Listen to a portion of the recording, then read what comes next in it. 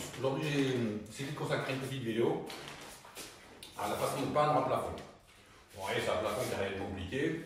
J'ai fait une reprise d'enduit un peu à gauche à droite. J'ai posé cette trappe dans la précédente vidéo, vous pouvez aller la regarder, comment on pose ce genre de trappe. J'avais un peu d'envisage à faire autour ce que j'ai fait. Avant de mettre la mise en peinture, vous allez voir, il n'y a rien de compliqué. N'oubliez pas de bien protéger le sol. Vous avez deux solutions, soit vous le poncez à la main, c'est un peu long, un peu laborieux, ce qu'il va falloir poncer les zones où il y a eu l'enduit, mais aussi toutes les zones où il n'y en a pas eu. Alors on me dit à quoi ça sert, puisque ça a l'air propre, et ben, c'est juste une question d'adhérence. Quand on a une ancienne peinture qui a déjà en plus quelques années, il y a le gras de la respiration, le gras de la clim, le gras de plein de choses qui vont encrasser le plafond, la peinture, et empêcher d'avoir une bonne adhérence. La micro-rayure qu'on va opérer avec le ponçage va permettre une bien meilleure tenue de la peinture dans le temps, c'est-à-dire qu'elle tiendra beaucoup plus longtemps. Alors, comme je vous disais, vous avez soit le choix à la main avec la papier à poncer, ou alors comme moi, avec ce qu'on appelle une girafe, donc une ponceuse télescopique. Là, normalement, je dois l'utiliser avec un aspirateur accouplé, mais là, j'ai une petite surface, pas beaucoup de ponçage à faire, donc je vais me le faire comme ça, sans aspirateur, très rapidement. Allez, c'est parti. Là, pour le coup, c'est parti. J'ai mis du papier, c'est du 120, donc il faut utiliser du très fin, il n'y a pas de gros ponçage, il n'y a pas de gros dégâts, c'est juste un entretien.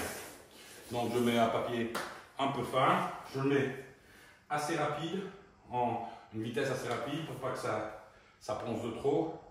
Une inspiration sur 4. Allez, c'est parti, il va y avoir du bruit.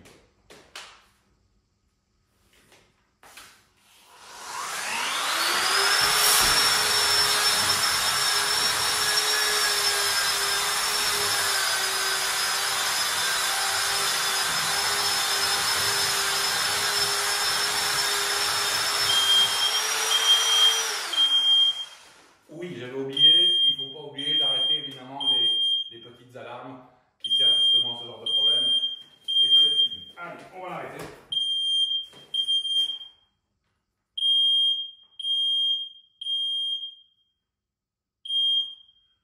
Voilà, allez.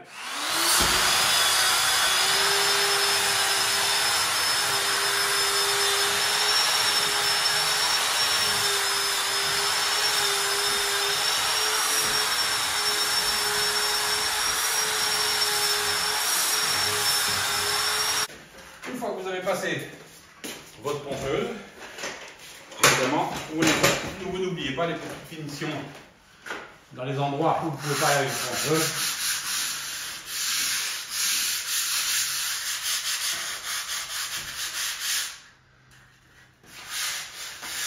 Et ça se fait manuellement, évidemment.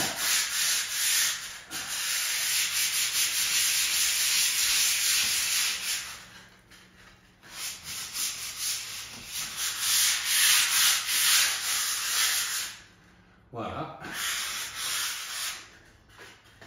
Un petit tour sur les bords du mur plafond.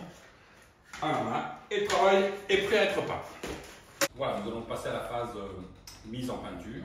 Alors pour ça, vous avez besoin évidemment d'une bonne peinture mate à plafond, puis à mur d'ailleurs, une bonne grille, un pinceau, un rouleau, ainsi qu'une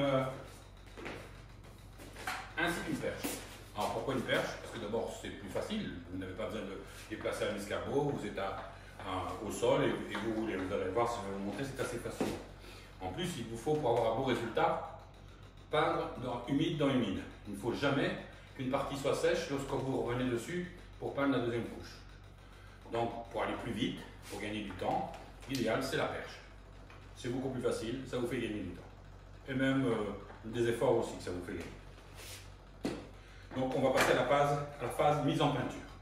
Vous enclenchez votre rouleau sur votre perche, vous le serrez bien pour pas qu'elle bouge, pour pas qu'elle tourne sur son axe. Vous mettez la grille dans le sauce. La grille c'est important, on peut penser que ça n'a aucune importance, mais c'est d'une très grande importance. C'est ce qui va faire que le chargement en peinture de votre rouleau sera régulier. Et si votre chargement en peinture sur le rouleau est régulier, ce sera régulier au plafond aussi. D'une manière ou d'une autre, c'est la meilleure des techniques. Comme vous le voyez, grâce à ma perche, j'ai de la peinture bien tout autour de mon rouleau, de façon très régulière. Comme on a un plafond, une trappe que j'ai posée et qui n'a jamais été peinte, on va commencer par mettre une première couche dessus. Donc on va essayer de le faire en croisé, comme on fait un plafond. Donc vous donnez une première couche comme ça, sans trop surcharger. Vous passez une première couche. Vous ne rechargez pas en peinture. Faites comme ceci. Et vous terminez dans le sens de la lumière. Les fenêtres sont de ce côté-là, donc on termine dans ce sens-là. Et là, vous allez voir tout de suite, votre peinture se met beaucoup plus régulièrement. Voilà. En réalité, on va utiliser exactement la même technique pour peindre tout le plafond. On va commencer par faire une couche perpendiculairement à la lumière du jour. Voilà. Vous remarquerez qu'avec la perche, ça va très très vite. Alors ce que vous faites, vous passez comme ça assez rapidement et vous revenez un petit peu sur ce que vous avez fait. Allez, on recharge le pinceau.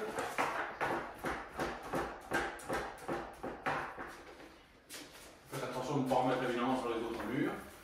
Hop. Alors un petit truc, comme vous avez ce mur-là qui a du papier peint, lorsque vous commencez avec votre rouleau, vous ne commencez pas à rouler dans ce sens-là. La petite goutte va partir sur le papier. Ce que vous faites, vous partez de ce côté-là. Et vous faites, surtout au début, vous avez trempé votre rouleau.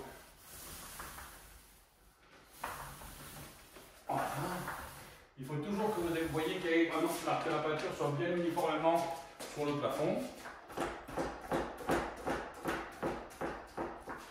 Et vous réalisez grosso modo un quart du plafond de cette manière-là, en veillant bien à mettre de la peinture partout. Ne vous inquiétez pas s'il y a de temps en temps des petites différences d'épaisseur de peinture. Il ne faut pas qu'elles soient trop importantes non plus. Mais s'il y en a de petites, c'est pas très grave.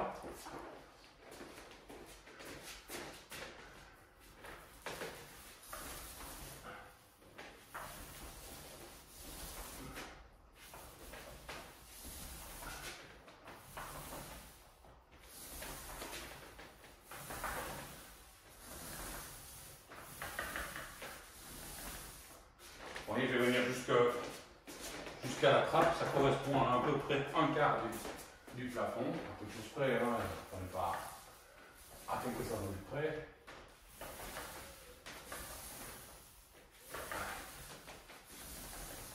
Et quand vous avez fait ça, avant que ça ne sèche, humide dans humide, on va mettre une autre couche croisée dans l'autre sens. Dans le sens de la lumière naturelle. Là, ça vous permet d'aller au plus près du papier sans le toucher.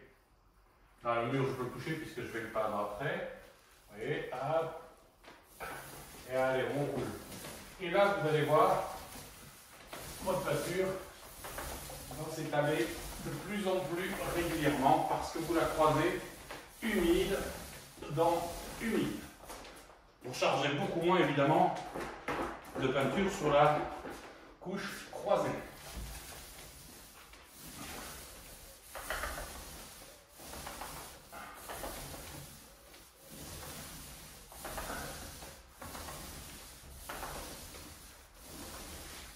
Et vous venez, vous ne faites qu'un quart du plafond, puisque là où vous êtes arrêté, dans le sens précédent. Vous ne débordez pas. Voilà. Et en fait, vous faites 4 carrés de cette manière-là, jusqu'à ce que vous ayez fait tout le plafond.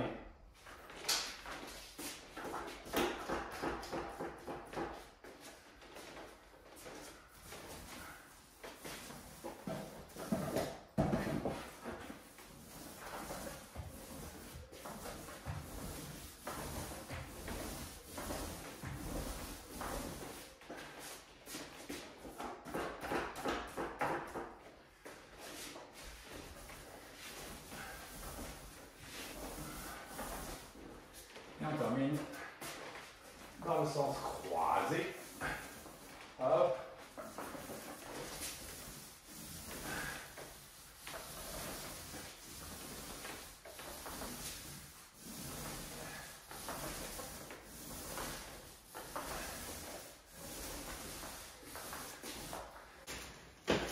Voilà, une fois que vous avez passé votre rouleau partout, un pinceau, Prenez-le plutôt pas trop épais, rond et pointu. Comme ceci. Alors bon, c'est un peu plus compliqué. Là, vous devez faire le rechampi évidemment. Et profitez que c'est pas encore sec, vous voyez que ça brille encore. Pour le faire toujours pour rester dans humide. Ce que vous faites, ce que je vous conseille, quand vous rechampissez, que vous avez des zones comme ça, vous avez un revêtement que vous ne devez pas toucher, vous opérez un retrait de 3 ou 4 mm. Vous n'allez pas trop près du bord, ça sert à rien et ça ne se verra pas une fois que ce sera sec. Voilà. Sauf si votre plafond est neuf évidemment. Mais s'il est comme celui-ci, si c'est une rénovation, il n'y a pas besoin d'aller vraiment tout près. Et prendre le risque d'aller mettre de la peinture sur le papier peint. Ce qui est évident que là, vous ne pouvez pas le protéger avec du scotch, sinon vous prenez le risque de déchirer votre revêtement mural. Alors, vous voyez, j'opère un petit retrait de 3-4 mm et je peux vous assurer que ça ne se verra pas. Là, évidemment, le mur n'est pas peint et il n'y a pas de papier peint, donc je peux déborder largement dessus sans aucun problème. Je charge un peu parce que là, je vais le faire en une seule passe.